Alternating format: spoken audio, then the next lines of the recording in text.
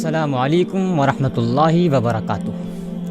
اور دوستو، امید ہے کہ آپ سبھی لوگ خیریت سے ہوں گے۔ تو فائنلی دوستو، جس مہمان کی آمد کے کل تک ہم لوگ منتظر تھے، وہ مہمان بے شمار سوغات اور تحائف لیے ہمارے گھروں میں آیا، اور اب 1 مہینے کے مختصر سے قیام کے بعد وہ مہمان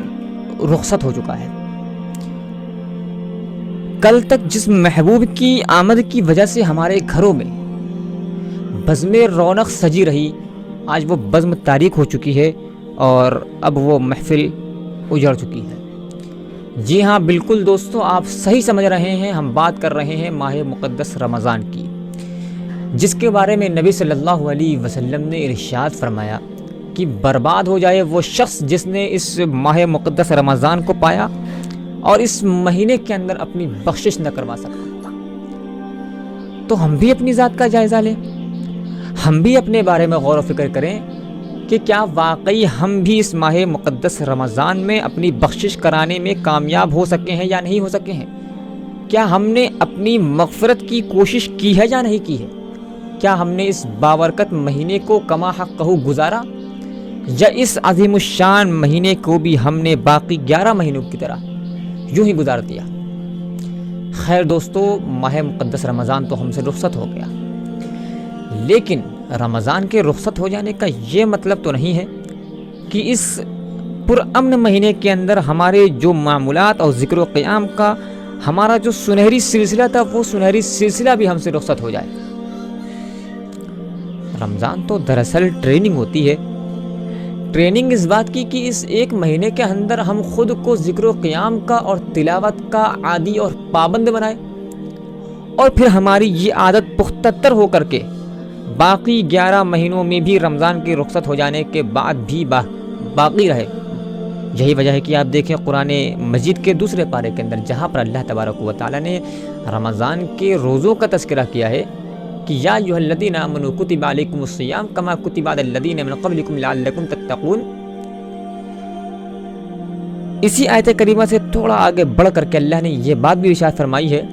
کہ یرید اللہ بکم الیسر ولا یرید بکم العسر ولتکملوا العدۃ ولتکبروا اللہ علی ما ہداکم۔ کہ مسلمانوں، اللہ تمہارے ساتھ آسانی کا ارادہ رکھتا ہے اور وہ تم کو مشکل میں ڈالنا نہیں چاہتا۔ اللہ تو یہ چاہتا ہے کہ تم گنتی کو اور تعداد کو مکمل کر لو، یعنی اگر کسی شرعی عذر کی وجہ سے تم رمضان کے مہینے میں روزے نہیں رکھ سکے ہو تو تم 29 یا 30 دن کی جو بھی تعداد بنتی ہے، تم اس تعداد کو دیگر ایام میں باقی مہینوں میں پورا کر لو۔ وَلِتُكَبِّرُوا اللَّهَ عَلَى مَا هَدَاكُمْ،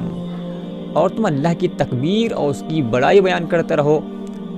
کیوں؟ اس بنا پر کہ اللہ نے تم کو ہدایت دی ہے، تمہیں روزہ رکھنے کی اور قیام اللیل کی توفیق دی ہے۔ اب آپ اس آیت کریمہ کے اندر دیکھیے کہ یہاں پر اللہ نے تکبیر بیان کرنے کا اور اپنی بڑائی بیان کرنے کا جو حکم دیا ہے، یہ حکم رمضان کے مہینے کے لیے نہیں ہے۔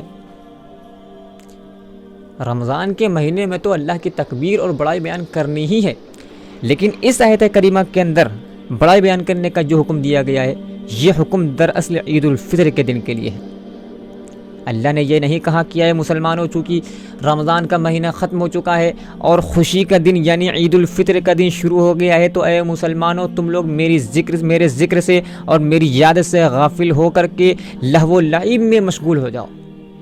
اور رمضان کے مقدس مہینے میں تمہارا جو بھی ذکر و قیام کا اور عبادت و تلاوت کا سنہری سلسلہ جاری تھا، اس سنہری سلسلے کو چھوڑ کر اور توڑ کر کھیل کود میں لگ جاؤ۔ اللہ نے یہ نہیں کہا۔ اللہ نے کہا کہ گرچہ خوشی کا دن شروع ہو گیا ہے، لیکن رمضان کے مہینے میں تم نے اپنے آپ کو جس عبادت کا اور جس سنہری سلسلے کا عادی بنایا تھا، وہ سنہری سلسلہ بھی تم سے چھوٹنے نہ پائے۔ لیکن اس کے برخلاف ہمارے جو مسلمان بھائی ہیں، خصوصاً مسلم نوجوان طبقہ، آپ ان کا حال دیکھ لیجئے۔ عید الفطر کے دن صبح کا سورج نکلتے ہی فل ساؤنڈ کے ساتھ گانا بجانا اور ڈانس کرنا شروع کر دیتے ہیں، اور واقعی یہ بات حیرت انگیز اور قابل تعجب ہے کہ رمضان کا مہینہ تو دراصل ان لوگوں کے لیے اللہ نے بطور انعام کے اور بطور تحفے کے مقرر کیا ہے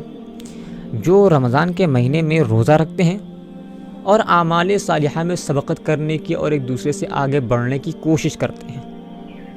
رمضان کا مہینہ تو ایسے لوگوں کے لیے انعام کے طور پر اللہ نے مقرر کیا ہے، لیکن ہمارے بہت سارے مسلمان بھائی ایسے بھی ہیں جو پورے مہینے میں ایک دن کا بھی روزہ نہیں رکھتے اور نہ ایک حرف قرآن مجید کا پڑھتے ہیں، لیکن عید الفطر کے دن بڑے زور و شور سے اس تہوار کو مناتے ہیں۔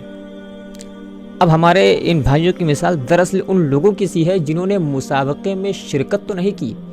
لیکن انعام لینے کے لیے چلے آئیں، یا اس مزدور کی سی ہے جس نے کام تو نہیں کیا